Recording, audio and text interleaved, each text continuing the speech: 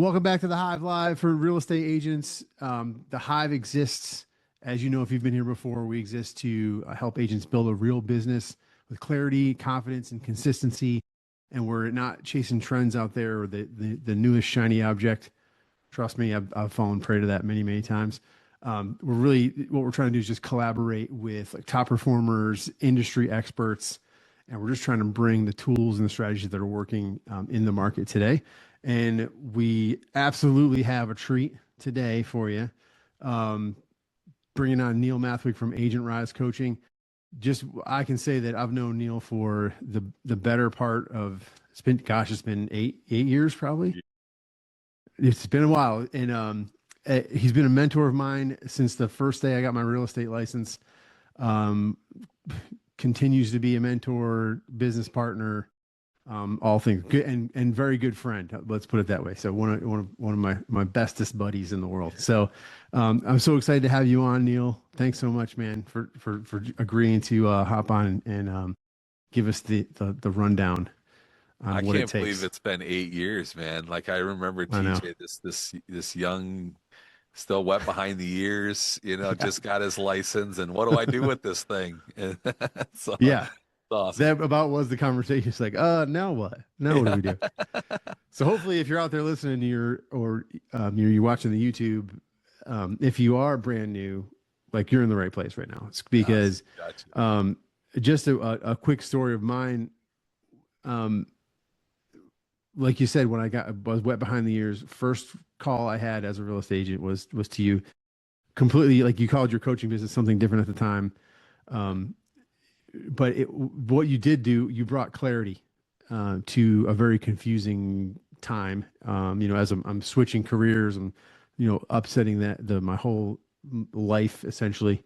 There's a little bit of uncertainty, and you brought certainty to what I was doing.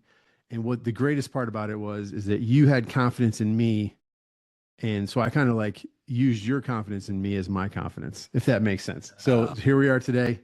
So I just give us the rundown. I have a ton of questions, and I've known you for a while, so we could go off on tangents and whatnot. So let's for everybody that doesn't know what Agent Rise is and who you are, I guess tell them about that. And you're an author. I didn't mention that too. Author of the Agent Rise book, which is an excellent book. If you don't have it, go to Amazon. Awesome. I'll put the link in the notes. Oh, I appreciate it, man. This is great. I started in 2002 as an agent way back in the day, and sold about 1,000 homes in my career, a little bit over. And 7 years ago, I started coaching agents, and you were one of the first that I coached. And I found in my business that there was three pillars to my business. There was, I had a sphere of influence, I had a chase, which meant I was going out there and getting it, and I was attracting business. I was doing social media, or to date myself, I was blogging because social media wasn't around yet, but I was blogging to attract people. And I looked at it as these three different pillars, and helping an agent get clarity, because I think if you look at this business, there's so many ways to be successful in this business, and everybody's business looks a little bit different. And we're always comparing ourselves, and we're always thinking, maybe I should be doing that. That's a good idea. That's why I haven't been successful. And so we get this shiny object syndrome. Yeah. And what I've helped agents be able to do over the years is see the whole playing field, decide what pillars work best for them, what is true to them. I always say the word congruent, like what feels right, what are you excited about, and then helping them stay consistent with it. Because we know, bottom line, consistency is everything. A lot of us quit 3 feet from gold. Well, we'll get going and we start to maybe see results, but the ROI isn't there, and then we give up. And the true ROI was just 3 feet away. It was just coming a little bit further down the road. And so I feel like if we get an agent that has a clear plan that's congruent to them, and they stay consistent with that plan, that's where the breakthroughs come. That's where the results fall. 100%. So dig into that. So I know I'm trying to go back to like, okay, if someone has never heard your plan, your philosophy before, like where do we start? So I guess let's start with the three pillars. Like what are the three pillars? Yeah. And what are they all about? Yeah, let me pull up a slide here, and this will give us the roadmap so you can see exactly what the three pillars look like. Give me a second here. I just got to click on one more thing and it'll Hey, while show up you're pulling right. that up too, to speak for me, but I think Rachel would agree too. When we learned your three pillar plan last year, it changed everything for us because you're talking about clarity. In our case, helped us to do less to get more. We were doing a lot of stuff and we couldn't figure out why we couldn't get it done. And Mm. this three pillar plan, I'm not gonna lie, Neil, you gave me the three pillar plan, and now I created like a Canva thing that says Neil's three pillar plan. So totally gave you credit for it. But like we wrote it out for us, and then Rachel and I like revisit it, and it hangs on our marker board, and it's to remind me what not to do in addition of what to do. So just to throw that Dude, Good in point. Josh, there. I love that. I Yeah. love that. And it is true. It's to bring clarity, right? It's to avoid the distractions and to see your plan. And the best part of it too, and like what you're finding is that when you have your clear plan, you can say no to everything else. It becomes your filter. And you can say things like, "Oh, that's a great idea, but it's not a part of my plan." And that allows you to stay focused. Well, here is the overview of the three pillar plan. So we've got the sphere of influence, the chase, and the attraction. And the sphere of influence, the things that are in the blue, that's the foundation. That's the must. You just got to start there, and that is to build the database, send an announcement letter, and then follow it up with monthly newsletters.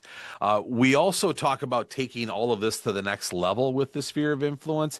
And just last month, I was teaching this monthly rhythm, an annual rhythm, really. Weekly, we send emails, weekly insider emails or deal of the week email, but weekly send an email. Weekly mail a newsletter. I'm a big believer in mailing newsletters. I could talk about all of that, but we take up all of our time. So just trust me, mailing newsletters works. And then you could do quarterly events and Popeyes. So you're doing weekly emails, monthly newsletters, quarterly events and Popeyes. That would be 4 events a year, which would be a lot. So that's why I say balance it out. Maybe do 1 to 2 events a year and 1 to 3 Popeyes a year, and then annually do a equity report. Every year, everybody in your database gets an equity report. So that would be your sphere of influence. And there's many different options. There's so many different ways to do your sphere pillar, but that's part of it. And so the idea behind all of this is you see all of the options, and then you select what works best for you, what you're excited about. The chase pillar is meant for you to go out there and get it. It's meant for you to be a rocket booster. It's meant for you to have conversations with people that you don't already know. Your sphere of influence is people you know. The chase is strangers. It's cold. And so you've got to go out there and get it. And open houses, online leads, FISBOs and expires, geo farming, door knocking, those are the most popular. But you could also niche. And every time I talk about the investor ecosystem, I bring up Josh and Rachel because they're mastering it. They got it dialed in, doing events around it. I mean, it's a full on ecosystem, and that's the chase pillar. And then the attraction pillar is best known as social media. That's where most of us jump into the attraction pillar is by doing social media of some sort. We, of course, want to narrow that down a little bit and make it into a social funnel. So I'm a big fan of YouTube, living in and moving to channels. I also love what Eddie Brady's doing with Instagram. On his Instagram account, he's doing the selling the dream, the point of view of living in this town and then selling the dream of living there. And that even goes deeper in connecting with those that are most likely to be moving to your area and using the algorithm to do that.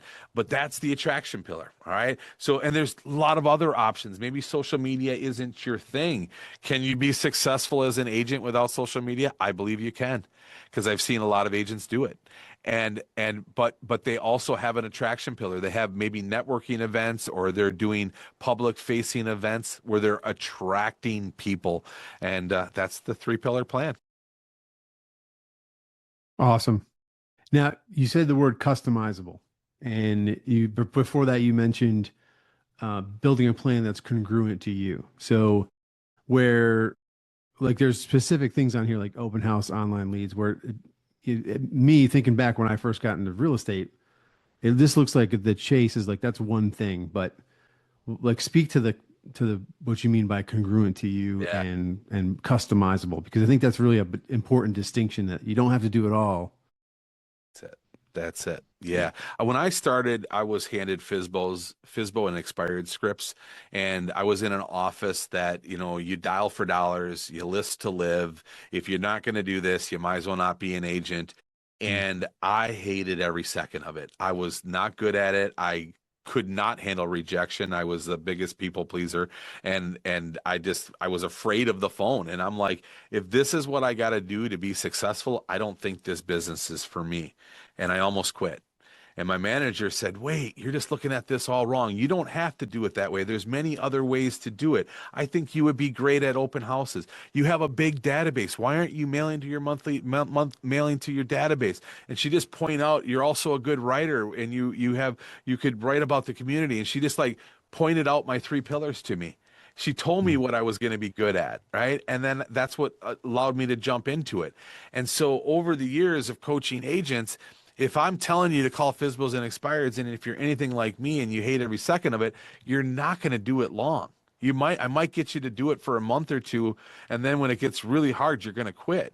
But if you're excited about it and you see where it's going, you'll put blinders on and you'll just keep going. And so the moment I stepped in an open house, I realized this is my jam. Like I'm good face to face.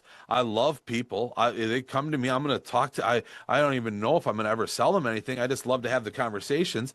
And then then I just learned that if I picked up on their search criteria, what they were looking for, and I call it their story of criteria, because everybody has a story, and why they're moving. So I pick up on their story of criteria and their contact information. And then I could follow up with them. I could matchmake with them from there on out.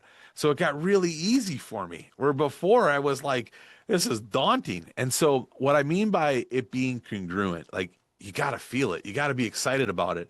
And I know Josh and Rachel, they're excited about working with investors. Yeah, I love hearing Josh teach about it, man. He's fired up. And that's the excitement that I'm looking for out of a chase pillar. Like you got to be excited about doing the difficult things. Yeah, it's funny that I was just at an event 2 days ago, and I heard someone from the stage say, "If you're not doing this, then maybe real estate's just maybe you're just not cut out for real estate." And it was like, "But I don't want to cold call.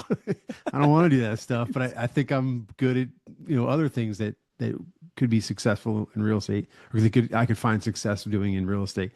So it's like that mentality is still probably dominant in our business. And I think it kind of does a disservice to some folks that would be really good at it and take care of people and have a servant heart, but they just might not be the kind that is, Christina hates cold calling. I hear you. I think, I don't know anybody in here, like give a thumbs up if you're like, yeah, let's go cold call. Let's go, go, go. No thumbs up. Hey, I'll say this too, like the power in this. First off, Christina, you and I agree. I'm not a cold caller. So, oh my gosh, I could just hug you through it. Though we have some folks in our sponsorship that they love it. They wake up every day going, I can't wait to cold call people.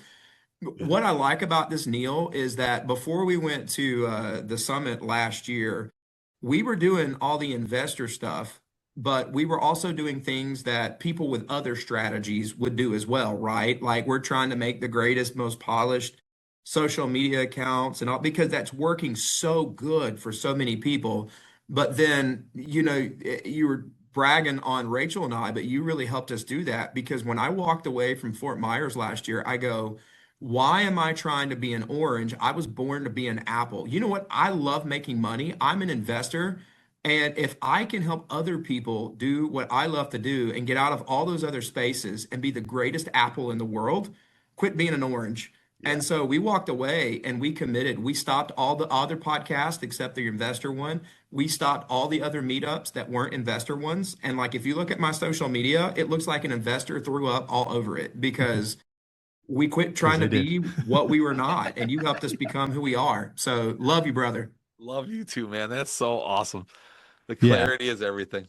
Yes. So let's dig into this a little further because like you have so many like little sayings that I've known you for 8 years. So they're like I wake up in the middle of the night and dream about them sometimes, but simplify and amplify.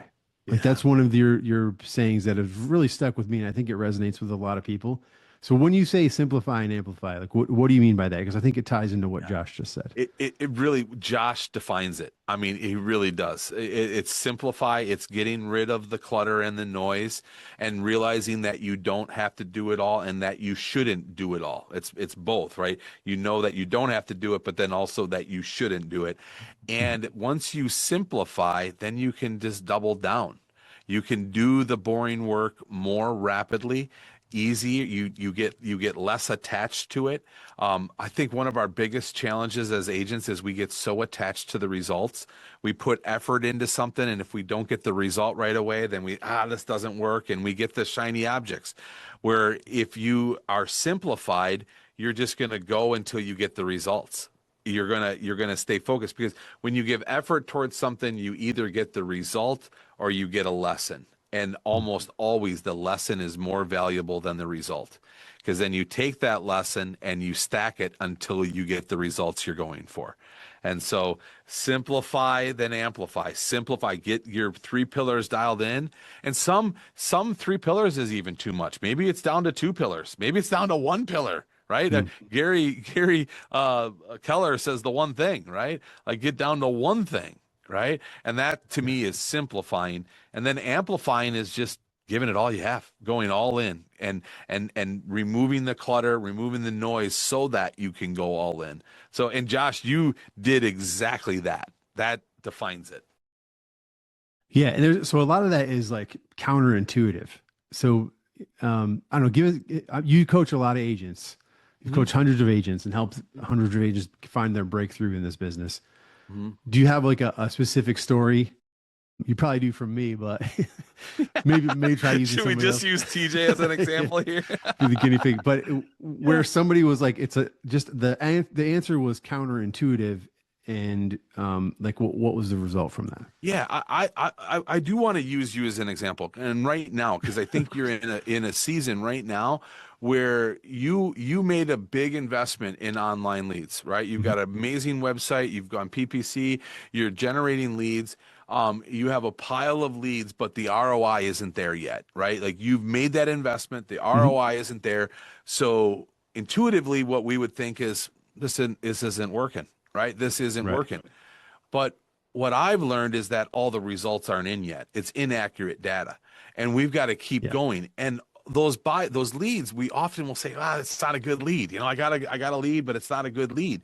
And that's not true. They're humans that are in a dream phase. They may not be as good of a lead as a Zillow lead that is ready to schedule a house or showing, but it's still a human that's in a dream phase. And so you just got to keep going and keep going. And you got to remove the noise, because you're going to start to think, well, maybe I should invest in those leads, or maybe these aren't the best leads. And so then you get shiny object syndrome, when all you need to do is just keep fishing in the pond, keep going back. Right. Some other things that I've seen is agents just doing way too much, like feeling like they have to do everything on the sphere thing, everything on the chase, and they got to do social media. I think social media is one that I've given a lot of people permission to quit. Like, they just feel like they can't, because everybody that around them that's successful does great on social media, so they believe they have to. But then when I show them, I mean, I know of a handful of agents. Stephen Ross is one of them, right? Stephen Ross, doors open when you knock, right? He doesn't have any social media whatsoever, and super successful. I think of Tony Tucci up in Madison, Wisconsin, sells 150, 200 homes a year, doesn't have one lick of social media. And so, like, I know agents that crush it without social media. So that, to me, sometimes is noise that people need to remove. And if I could help them reposition it, it would be to put all of that energy into a YouTube channel, into a social funnel that's going to produce leads. So, yeah, that is counterintuitive, because that's another thing that you hear now. Is like, if you're not on social media, you don't exist. Right. It's like, all right, that's kind of extreme, and that's, if you're a new agent coming in, you see all these agents on social media. There's a lot of pressure there to not only be present on social media, but then to also be as good on day one as they are. They've been doing it for 5-10 years. So it's kind of like, that's it. Yeah. And I'm a believer in social media. I mean, it's been a big part of my success. in my business, but I see it as something that hinders a lot of people. And if they just were to put that attention somewhere else, they would be more successful. You Yeah. know? Yeah. And it's not like you would never do social media, but Right. I think what I'm hearing, well, I know what I'm hearing you say because You've you heard beat it into my head. It's like, just go back to the basics, just focus on the basics, get that right, and then move on from there. And I won't steal your thunder on the car analogy, but give us the car analogy because I think it's really fitting. like what car analogy? The now I gotta say it. Yeah. You don't want to be Oh, shining the all right. car.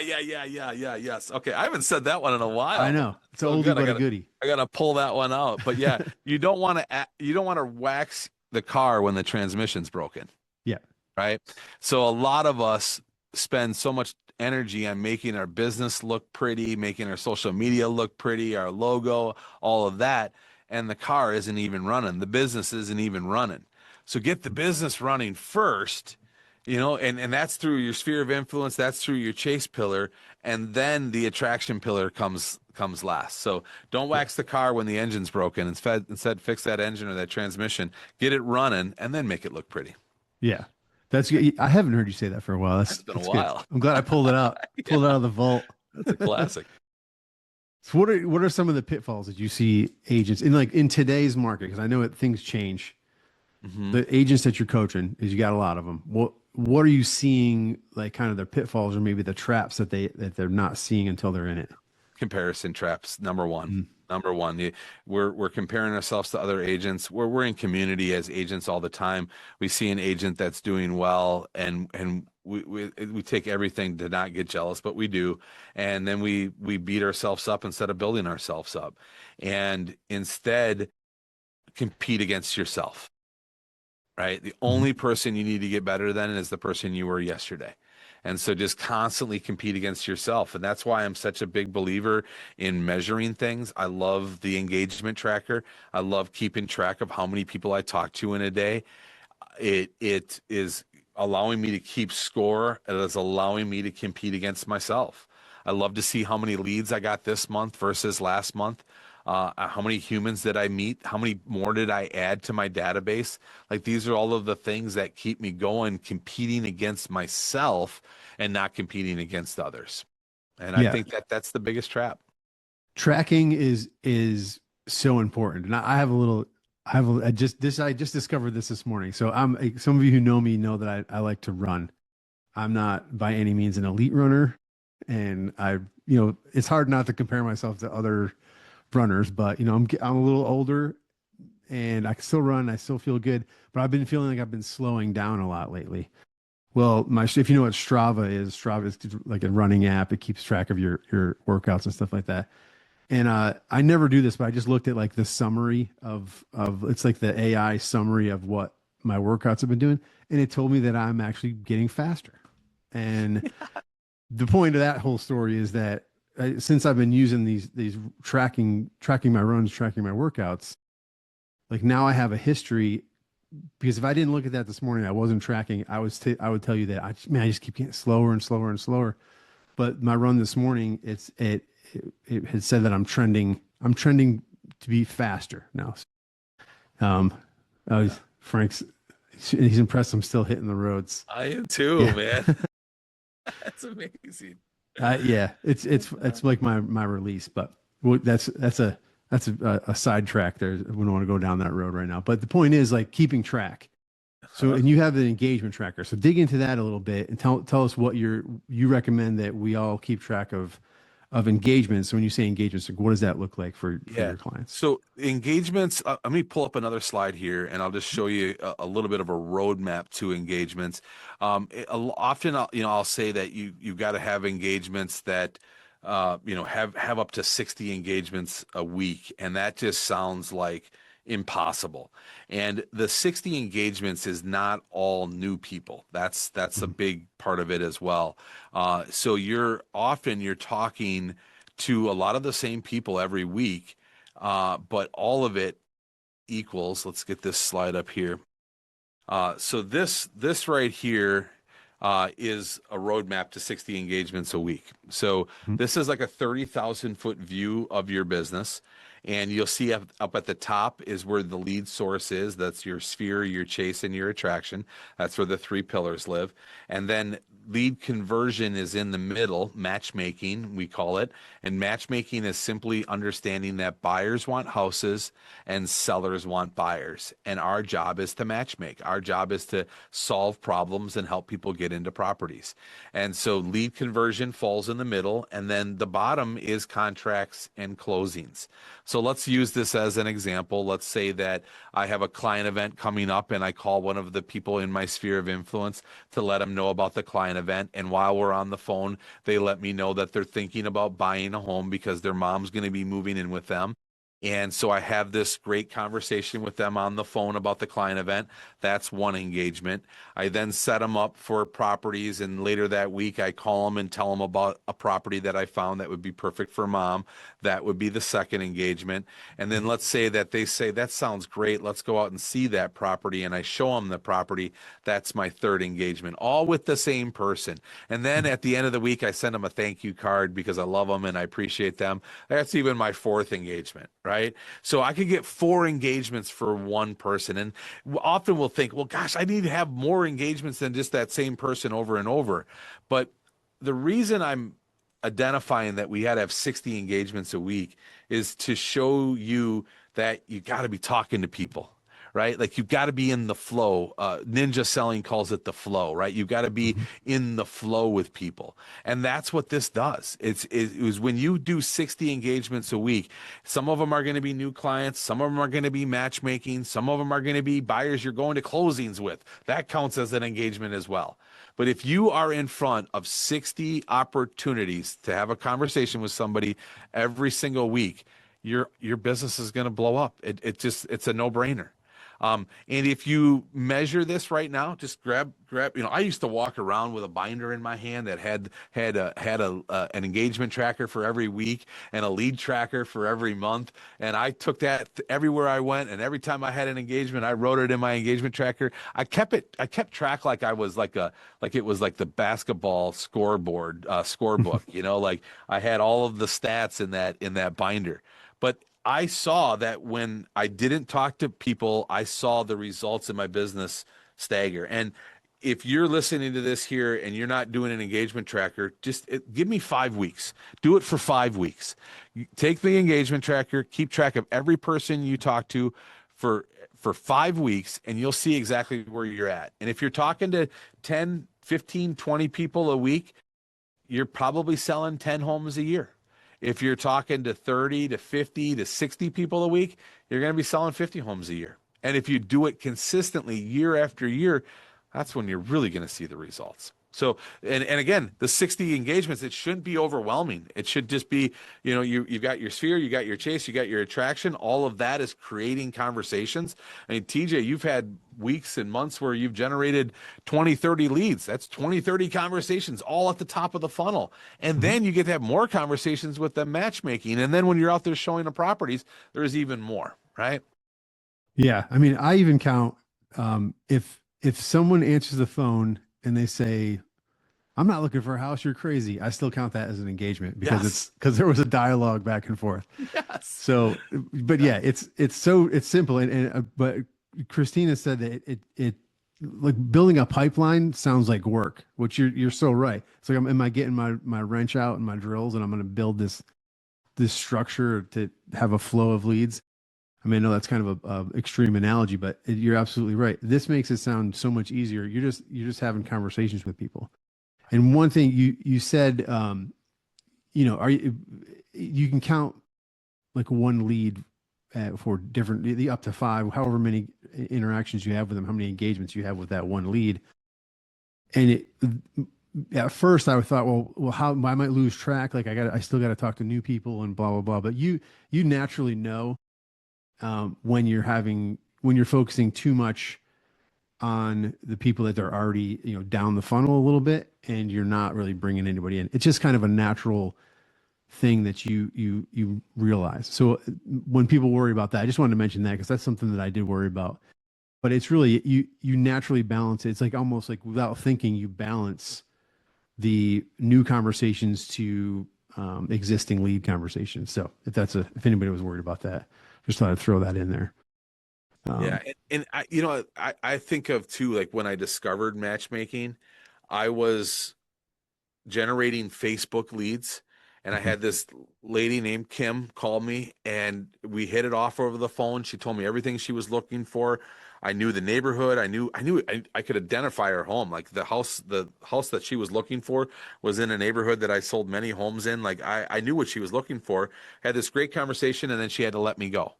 Mhm. And I tried to call her back. She never returned any of my calls, and most of us would give up at that point. Like, she's not returning my calls. She's ghosting me. I must have said something, whatever. Mhm. And it just hit me one morning. I was like, you know what? I know what Kim's looking for. I know exactly what she's looking for. So I go on the MLS, and sure enough, in our market, we've got coming soons. And sure enough, there's a coming soon. Exactly what she was looking for. So I give her a call, and I tell her, instead of calling to check in with her, I call her and said, hey, I was just looking over the listings. There's a brand new one that popped up over in Wyndham Hills, and this one's actually across the street from the park. It's the brick 2-story with the 3-car garage. It's everything you're looking for. Anyways, give me a call back when you get a chance. And it was 10 minutes later, she called me back. Neil, I'm so sorry. I've been so busy at my new job. Anyways, tell me about this new house. And that's when Mhm. I discovered matchmaking. And I used to make calls to check in with people. And then if they didn't call me back, I wasn't feeling it, then I left it at there. But now what I would do is I would just listen for people's criteria and their contact information, and I would just call them and tell them what I found for them. And if they didn't call me back, I didn't care. I just call them again in 3 days when I found another one for them, or 3 weeks when I found another one for them. I didn't care. I was just matchmaking. And if Yeah. they told me to stop calling, then I would stop calling them. But I thought, that was crazy. Why would I'm trying to help you? Yeah. But if they told me to stop calling, I would. But it just comes down. I was serving. I was helping people. I was having fun. I Yeah. found this one. Go check it out. And people would call me back and like, hey, you left me a voice message about a house. I'm like, oh shit, what one was that? I don't even remember, because I called so many people to tell them about houses, right? And I was just having fun. And Yeah. then another thing that I would say is, let me know if you want me to open any doors. That was always my line. Let me know if you want me to open any doors for you. And I would just leave that as a goodbye. Mhm. Sent you a listing. Let me know if you want me to open the door.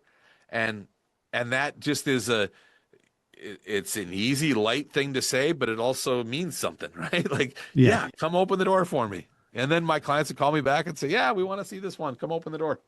Yeah. I think when I discovered that just speaking naturally, like you would as you're calling, like if you're calling a friend in your sphere, like almost the same way, sans any cursing, if you're inclined to curse with your buddies, but it's really just be natural, and you get more with that authenticity. And I still do it. Like I'll sit down to make my calls, and my first call will be like, hello, Mr. Smith. I saw this, sent you this house, whatever. It kind of be feeling a little A little rusty. formal, I guess, for lack of a better word. And then, a couple calls in, I'm like, hey man, did you see that listing I sent you? Because you kind of get to the point where like I've like had so many no's, so I'm gonna throw a couple more at the wall, see if they stick. And those are the conversations that are always more quality and last longer, because I'm just like, it's almost like I don't have any, I got nothing to lose at this point. So I'm just gonna be like, hey man, what do you think? What do you think of that house? No, you didn't like it? Yeah, I don't like it either. Just talking like you would a friend or somebody that you know pretty well. And it's that you get more with that. People feel that it sounds more confident, which I didn't realize until I've started practicing it. And B, it's more authentic, and it's more the real use. And people pick up on that. Like if you're trying to put even the slightest bit of like formality, and you're not a very formal person, it's going to come through as fake, and people pick up on that. And it's all energy. You could say the script perfectly, but it's just the energy that you're kind of presenting. So And I love to add to that too. Like when you get prospecting on behalf of somebody, a lot of it changes. And that's one of the best things about matchmaking is I've called FISBOs and expireds on behalf of my client. I've gone door yeah, knocking on behalf of my client, right? Like I've done some of these things that I swear I would never do, but when I do it for my client, I have all the power. I don't know what it is. I don't overthink it. I'm just out there trying to serve. yeah. And and that's another thing that kicks in that makes it so much easier. Yeah, I've done that too, but I I've have one called, thing about I used to call matchmaking. a bunch of for sale by owners, but I've said, I hate this as much as you do, but I promised my clients that I got to get them a house. So I love yeah, that. and people think that's funny. Like people think they're like, oh, that's good. That's a good one. Yeah. Yep. Uh, I just think kind it of kind opens the door. we've kind of talked a lot about it, but I think for me, one of my takeaways from this conversation is to be successful, you have to be authentic. Yeah. You have to be authentic. I mean, I can literally remember a year and a half ago before we really took off where I'm wearing a suit and tie and everything. And then again, I just come back and go, the investor group, which is my squad, they're in Hawaiian shirts. It's like a sign that they're successful, that they're the opposite of that. So in a world where everyone's trying to polish their social media, I'm trying to make my Instagram look so lame because that's my group and I have to, just enjoy sitting in it. And I just love, like, I'm hearing this about how your strategy and all is about being authentic. And if you're not successful, maybe it's because you're not trying to be, or maybe you're trying to be something you're not. Just be who you are, what gets you up and gets you excited, you know? But deep down, Josh, I think we're all missing your selfies and your, I'll Yeah. post one just for you. I wish I had James's hair. He's on the call. He's being real quiet. But like yes. I look around, um, but like for me, I don't do calls, but like Neil, getting in touch with Jeremy, like that was a huge thing for me. Like watching what he does, his strategy. Now he's marketing the sphere of influence, so mine looks a little bit different for investors. But that idea that I don't have to get out and door knock and cold call, that I can just create a space that people want to go to.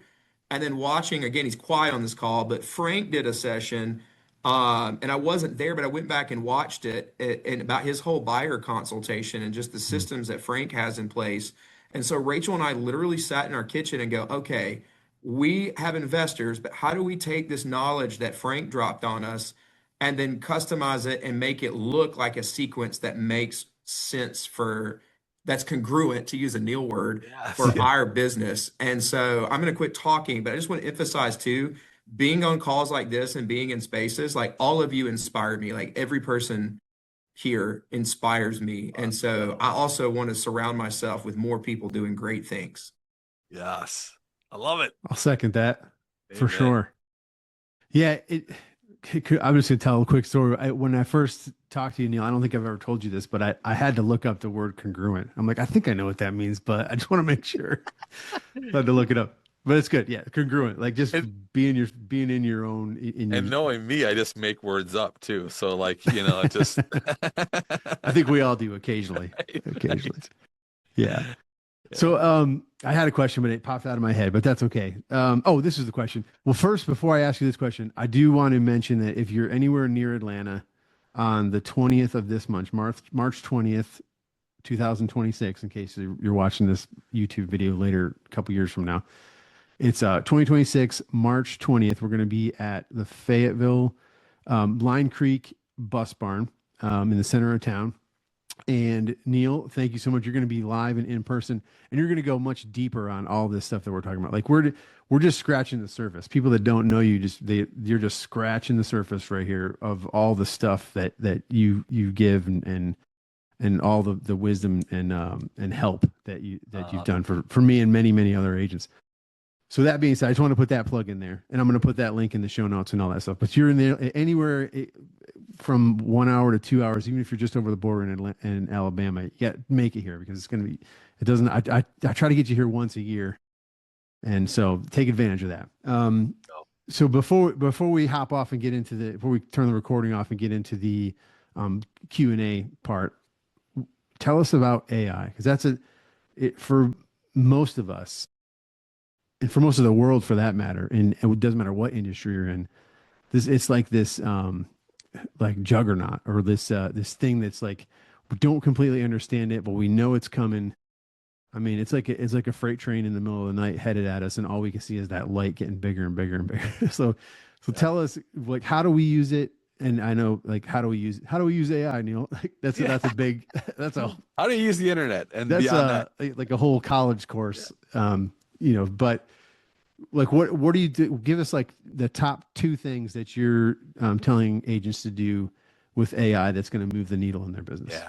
I am finding that a lot of the things that I've suggested agents do over the years are actually possible now with AI, where, I'm a big fan of blogging. I'm a big fan of writing letters. I'm a big fan of weekly emails and sending out a weekly, like I've always admired, I forget the guy's name, the weekly email, can't remember his name, down Ricky in Caruth? Ricky Caruth. Yes. I've Yeah. always been a fan of his weekly email, Mhm. but how does one do that unless you're a writer or unless you have a writer, right?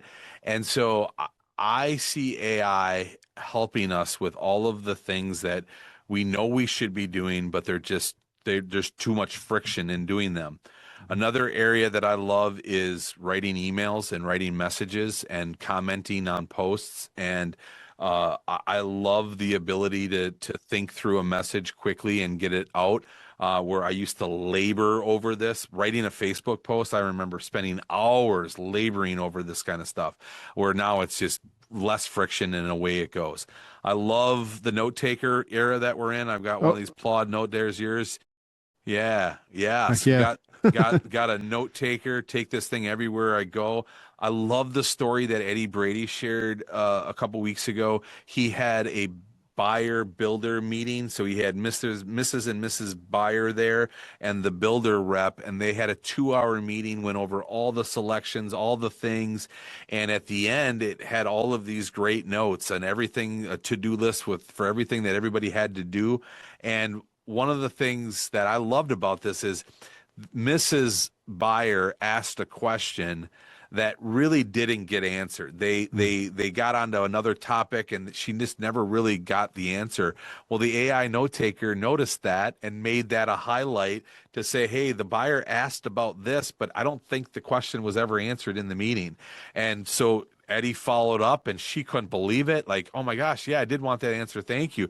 And like it just all of the details were there. I have an amazing copywriter in my world named Dwight Clow, and he has been helping me write for 20 years now. He's helped me write my book. He helps me write blog posts, I'm podcast, all the things. Okay. And I've had that. I've had Dwight with me for all these years, and now I feel like everybody has a Dwight, and Mm. it's empowered me. I mean, even to the days back when I was selling real estate, writing blog posts, I used Dwight. So it empowers everybody, and I'm just really excited. I have. Like my kids are afraid of it. They're like, they can't, they're kind of anti AI. They see how it's going to attack the arts, Mm. and I get that and I respect that. But I think it's all time for us to level up. And I think that it's one of these tools that is just going to make us all faster and stronger and just give us abilities that we didn't have before. And I'm really excited about that. Yeah, 100%. It's funny you mentioned that. So I'm gonna indulge me here. I'm gonna give you like my 2 cents on like the philosophy of AI and the future of AI. If you think about it, like a lot of people are afraid. My kids are afraid, not afraid of it. But they're like, "What? This is going to ruin the world. It's horrible. Like you're cheating." Of course, they're taught that in school that you can't use AI because it's cheating. But like out in the real world, it's like, give me any cheat code I can get, and I will use it.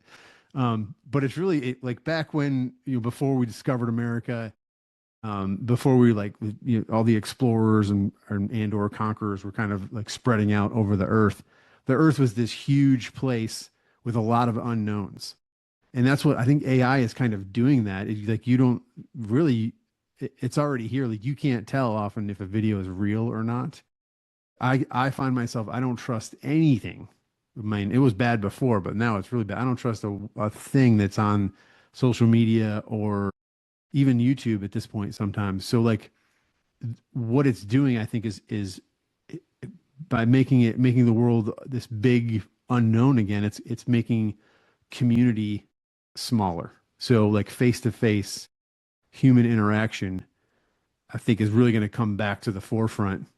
Back in the day when it was the corner tavern is where everybody, the whole family went to have community with others, or like the center of the town square, things like that. So I think it's going to bring back that like sense of like, I need to get in front of actual people. So I have that real thing in my life.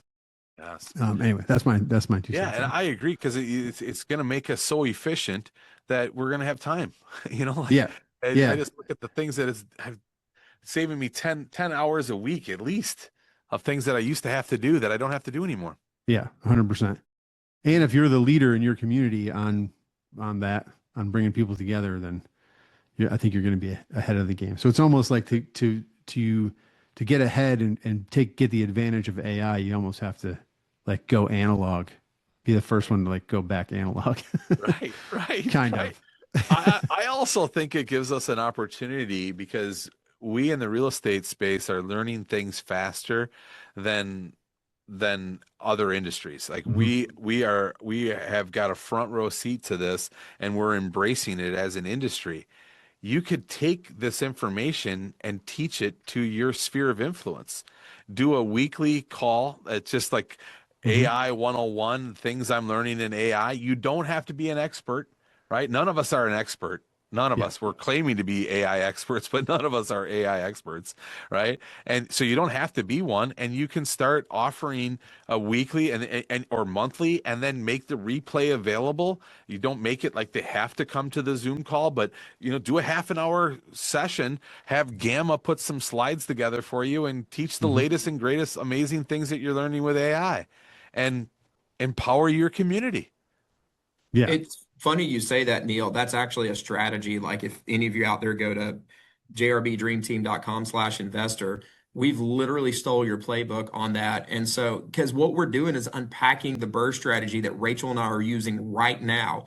So we got on ChatGPT, divided it in amongst 12 topics, and each month I have a webinar. My attendance on the live is low, but when I shoot it out across video, we're talking 200 or 300 views. Now, by myself, I can never get 300 people in a room because I'm not at Neil's and TJ's level yet. But like, I can put it on social media and then get the same. So we combined your strategy of that with Jeremy's of small like meetups.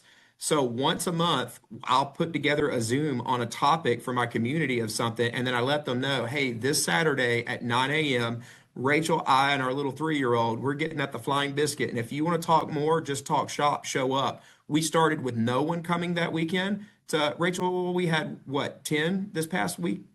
10? Is that a fair number? I think it was close to 10, yeah. Close to 10. And we just started this 3 months ago. And from that, we're working on a transaction. Nice. Let's Say that one go. more time with the 12 and the chat GPT. Just say it one more time. Yeah. I'm gonna So steal it, but I'm not gonna steal it. no, you should totally steal it because I stole it from Neil. Like, just no, I stole it. So Neil, I don't want to speak for you. Correct me if I'm wrong, but find something that you're passionate about, something that is your thing. Like we were talking about AI for Rachel Something and I. that's It was just congruent. it's in the what'd you say, TJ? Something that's congruent to you. There's the word congruent. And it really like Rachel and I sell no real estate in this call. For us, it's investors. So we're just breaking down things in our investor process and we're telling a story from our business. I don't even position myself as a real estate agent in these calls at all. I might put it on my slides, but I don't talk about it a lot because I'm trying to be authentic. And just we use Zoom and we record it as a video and then I post it on my YouTube page. And then again, at the end of each one of those, we'll do it on a Monday night. We let them know, hey, this Saturday at 9 a.m., we're going down to the local pancake shop. We're going to eat breakfast. And if this interested you and you want to shoot the breeze and talk more, no agenda, just show up. And we went from nobody showing up to now 10 people are showing up. And now the word has gotten out that we meet for pancakes and people show up for pancakes. Mhm. I'm a fat guy. People, my group likes pancakes. Pancake eater. It's all good. But I mean, so to kind of so Christina, here's one thing that's it's just a suggestion. Like I have good ideas once in a great while, and I have a lot of bad ideas. You take it, you decide which one it is.